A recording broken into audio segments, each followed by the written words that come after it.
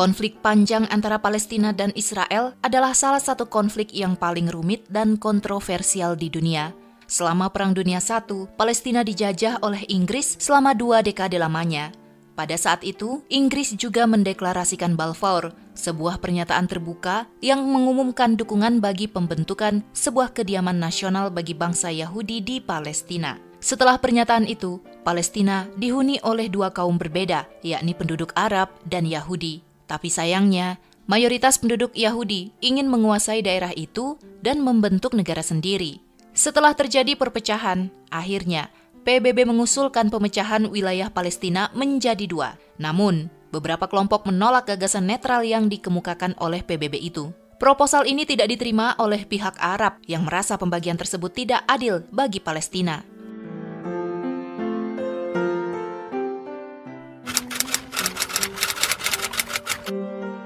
Kurang dari 1 tahun dari perencanaan pemisahan negara yang diusulkan oleh PBB, Inggris mulai menarik diri dari Palestina dan Israel mendeklarasikan dirinya sebagai negara merdeka. Berita ini menyebar dengan cepat sampai tentara Arab berusaha untuk mencegah berdirinya negara Israel.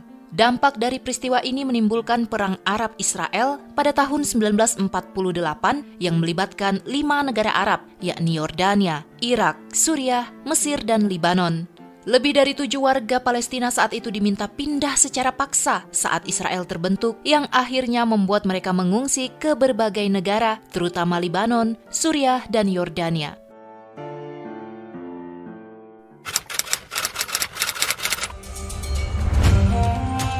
Pada tanggal 15 November 1988, Palestina akhirnya mendirikan pemerintahan sendiri di Algeria, ibu kota Aljazair. Sistem pemerintahan mereka adalah Republik Parlementer. Bersamaan dengan pendirian pemerintahannya ini, Palestina menetapkan Yerusalem Timur sebagai ibu kota negara dengan presiden pertamanya, Yasser Arafat. Meski telah mendirikan pemerintahan sendiri, rupanya tidak semua anggota PBB mengakui negara Palestina sebagai negara berdaulat. Namun, pada April 2022, sebanyak 138 dari 193 negara anggota PBB telah mengakui Palestina sebagai sebuah negara yang berdaulat. Meski demikian, ada pula negara-negara lain yang masih belum mengakui Palestina secara utuh, seperti Kanada, Amerika Serikat, Jepang, dan Inggris.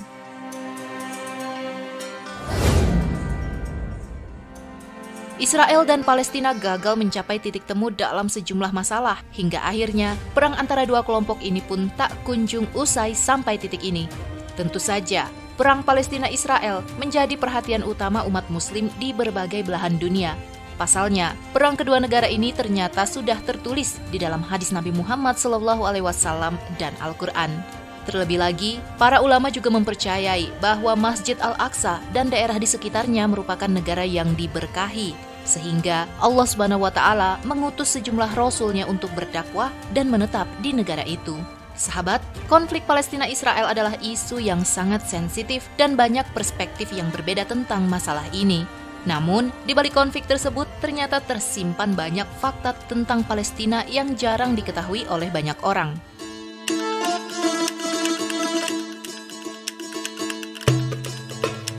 Palestina terletak di timur tengah di antara Laut Tengah dan Sungai Yordan dengan luas wilayah 6.020 km persegi. Palestina adalah salah satu tempat di dunia yang pertama kali dihuni manusia. Kota Kanaan di sana dibangun sejak zaman perunggu, di mana penduduknya saat itu telah mengenal bercocok tanam. Para ahli mempercayai bahwa yang pertama kali memberi nama Palestina adalah bangsa Romawi. Pada tahun 130, bangsa Romawi merubah nama daerah ini dari Yudea menjadi Filistia atau Palestina. Perubahan ini ternyata memiliki maksud tertentu, yakni guna mencegah pemberontakan oleh kaum Yahudi. Selain itu, Palestina pernah bergonta-ganti nama lain. Nama-nama yang pernah menjadi nama Palestina adalah Palestina Syria, Levan Selatan, Syria Selatan, Zion, Kerajaan Yerusalem, Kerajaan Israel, Soleh Syria, Yudea, Provinsi Yudea, Tanah Suci, Syria Agung, Tanah Israel, dan Kanaan. Saat ini, terdapat 2 entitas politik di Palestina, meliputi Otoritas Nasional Palestina dan wilayah pendudukan Israel. Otoritas Palestina mengendalikan tepi barat dan Gaza, tetapi keduanya memiliki pemerintahan yang terpisah. Tepi barat diperintah oleh Fatah, sedangkan Gaza dikuasai oleh Hamas. Sejak 2007, ada perpecahan politik antara kedua fraksi ini yang telah memperumit upaya perdamaian. Kota Yerusalem adalah pusat religi dan politik yang sangat penting dalam konflik Israel-Palestina. Yerusalem adalah kota suci yang penting bagi 3 agama besar dunia, Islam, Kristen, dan Yahudi. Israel mengklaim seluruh kota Yerusalem sebagai ibu kota mereka, sementara Palestina menginginkan Yerusalem Timur sebagai ibu kota negara masa depannya karena kota Ramallah merupakan ibu kota de facto Palestina. Status Yerusalem ini menjadi salah satu masalah paling kontroversial dalam perundingan damai. Akibat pendudukan Israel, banyak warga Palestina yang mengungsi. Palestina bahkan menjadi pengungsi terbanyak di Timur Tengah. Secara global, jumlah warga negara Palestina mencapai 10 juta jiwa. Namun berdasarkan data tahun 2022, sebanyak 5 juta lebih atau hampir setengahnya warga negara masih tinggal di wilayah tersebut. Mengejutkannya, 5 juta jiwa di Palestina merupakan diaspora yang berarti tidak memiliki kewarganegaraan di negara manapun. Sebagian besar usia rata-rata penduduk Palestina adalah 20,8 tahun berdasarkan data Worldometers. Sementara, angka harapan hidupnya cukup rendah. Bahasa Arab adalah bahasa utama, meskipun tidak sedikit yang juga bisa berbahasa Inggris dan Ibrani. Budaya Palestina tidak menerima lesbian dan homoseksual.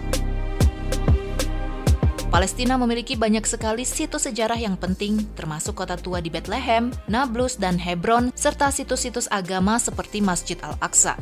Bethlehem adalah salah satu kota terkenal di Palestina yang terletak di tepi barat dan menjadi kota kelahiran Raja Daud dan dinobatkan sebagai Raja Israel. Di kota ini pula, Yesus Kristus dilahirkan.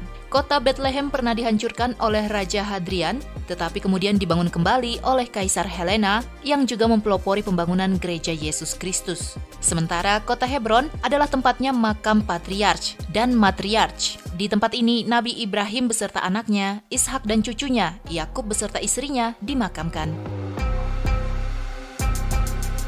Masjid Al-Aqsa adalah salah satu masjid paling suci bagi umat Islam dan merupakan tempat suci ketiga dalam Islam setelah Masjidil Haram di Mekah dan Masjid Nabawi di Madinah. Masjid ini terletak di kota tua Yerusalem dan menjadi salah satu tujuan wisata religi paling populer di Palestina.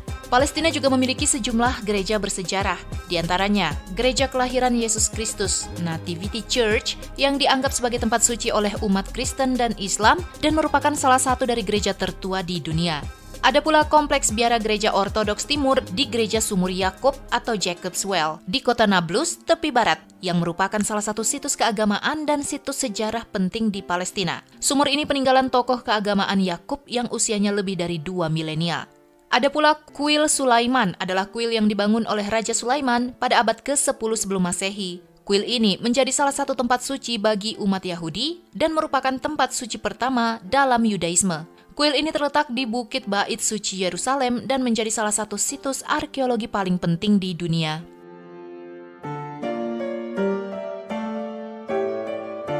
Sahabat, Palestina adalah satu-satunya negara Arab yang dianggap sebagai penegak perdamaian di Timur Tengah. Sejak tahun 2012, Palestina secara sepihak sudah dianggap sebagai negara berdaulat. Meski bukan sebagai anggota PBB, Palestina mendapatkan status negara pengamat non-anggota. Palestina memiliki banyak kesamaan dengan wilayah Timur Tengah lainnya, dan penduduknya pun memiliki banyak kebiasaan, hobi, dan nilai yang sama dengan orang-orang di seluruh dunia.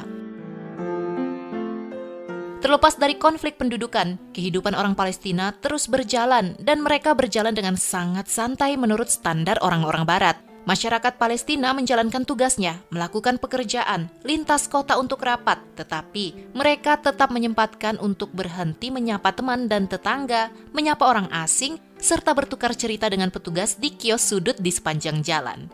Kantor pun terasa lebih santai dari yang kamu duga, berbeda dengan para profesional muda di kota besar seperti New York dan London yang sering mengalami stres saat mereka tiba di kantor hingga pulang. Orang Palestina juga jauh lebih ramah kepada siapapun loh, termasuk wisatawan. Jadi jangan heran kalau kamu sedang menjelajahi kota tua, di sana tiba-tiba diberhentikan oleh penduduk setempat serta diundang ke rumahnya. Atau jangan heran kalau pemilik toko akan memaksamu bergabung untuk sekedar minum kopi. Di Palestina, seperti negara-negara Islam lainnya, panggilan azan dikumandangkan 5 kali sehari. Yang bikin sedikit berbeda adalah tidak banyak yang bisa menyela azan seperti aktivitas lainnya di kota-kota besar. Dulunya Palestina memiliki bandara, namun ditutup pada tahun 2000 karena berbagai faktor dan membuat Palestina hingga saat ini tidak memiliki bandara. Jalur Gaza adalah area terpadat ketiga di dunia dengan jumlah penduduk 5.045 jiwa per kilometer persegi. Dan saat negara lain sudah menikmati layanan 5G, ternyata Palestina masih kesulitan untuk mengakses jaringan 3G. Adapun industri batu merupakan sektor terbesar dari ekonomi Palestina. Ada sekitar 650 tempat produksi batu di tepi barat dan 138-nya ada di Beit Fajar. Tambang batu menghasilkan potongan batu, emas, pasir, keramik, batu bata yang terkenal dengan nama batu Yerusalem. Batu-batu tersebut kemudian diekspor ke Yordania, Eropa, bahkan Amerika Utara. Palestina memiliki iklim yang beragam, mulai dari iklim Mediterania di pesisir hingga iklim gurun di wilayah selatan. Karena variasi iklim inilah, berbagai jenis tumbuhan dapat tumbuh di sana. Beberapa tumbuhan yang umumnya tumbuh meliputi lavender, kurma, dan pohon zaitun. Zaitun sekaligus menjadi simbol penting di sana dan dapat ditemukan di seluruh wilayah, terutama tepi barat. Palestina terkenal dengan produksi minyak zaitun yang berkualitas. Dan di sana juga terdapat lebih dari 2.000 spesies bunga liar, termasuk bunga anemon, tulip, dan mawar. Beberapa bunga liar di Palestina bahkan dianggap sebagai bunga nasional, seperti bunga anemon merah yang merupakan simbol gerakan kemerdekaan Palestina. Di luar perang, sahabat, jika kamu ingin berkunjung ke sana, datanglah ke Nablus, karena terdapat pemandian terkenal bernama Hammam esh-Shifa yang berada di kota kuno Nablus. Pemandian Turki ini dibangun pada tahun 1624 dan sampai sekarang masih digunakan. Di sana, kita bisa menikmati pemandian air hangat, mandi uap, dan pijat. Kemudian kunjungi juga Sama Nablus, taman yang berada di puncak Gunung Ebal yang menyajikan pemandangan menarik kota. Setelah berjalan-jalan, kamu pasti lapar. Nah, di Nablus kamu bisa mencicipi kanafeh, sebuah hidangan penutup khas Syam tradisional yang terbuat dari pastry mirip bakmi tipis atau dough semolina murni yang dilumuri dengan sirup manis. Hanefah di Nablus kabarnya adalah terbaik di dunia, yaitu Hanafeh Al-Aqsa. Untuk berbelanja oleh-oleh dan merasakan budaya asli Palestina, kamu bisa ke pasar yang terletak di jantung kota kuno Nablus. Sahabat, Palestina telah lama berjuang untuk mendapatkan kemerdekaannya dari Israel. Perjuangan ini masih terus berlangsung sampai ke detik ini, dan belum ada tanda-tanda bahwa konflik akan segera berakhir.